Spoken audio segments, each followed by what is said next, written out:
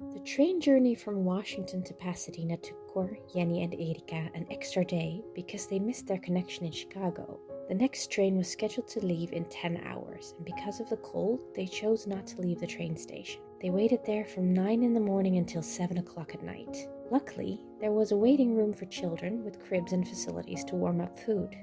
When they finally got on the train, the journey from Washington to Pasadena unfortunately consisted of 3 nights and only one day, so they didn't get to see as much of the country as they had hoped.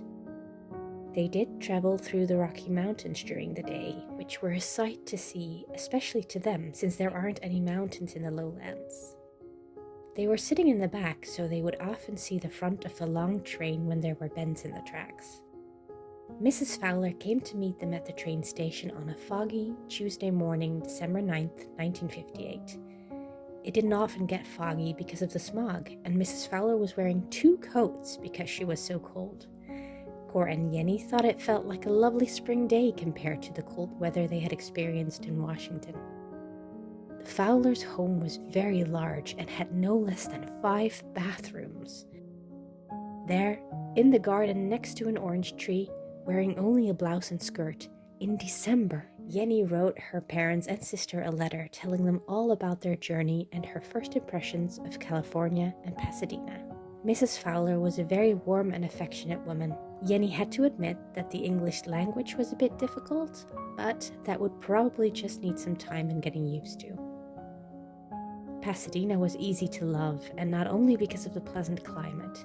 It didn't even feel like they were in such a big city. It was more like a small town with lots of detached houses, almost all of them made of wood and painted white. It was very quiet outside, with the exception of a car or plane here and there. Jenny had to move to the shade to finish writing her letter because she felt like she would melt in the December sun.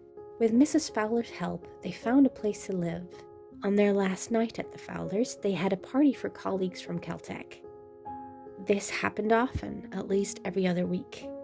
At the party, Cor met many people whose names he'd heard or read about before. Amongst them, Nobel Prize winner Harold Urey.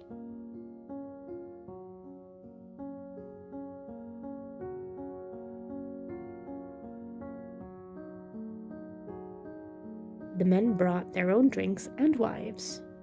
Cor noticed Americans married young, even while still being a student. They themselves had waited to get married until Cor had finished his degree at Utrecht University. The evening was filled with some talking, eating, drinking, and singing. It was the holiday season, so there were Christmas carols all around.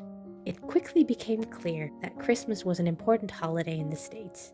People were starting to decorate their homes elaborately, and Cor and Jenny were curious to see what it all would look like once completed.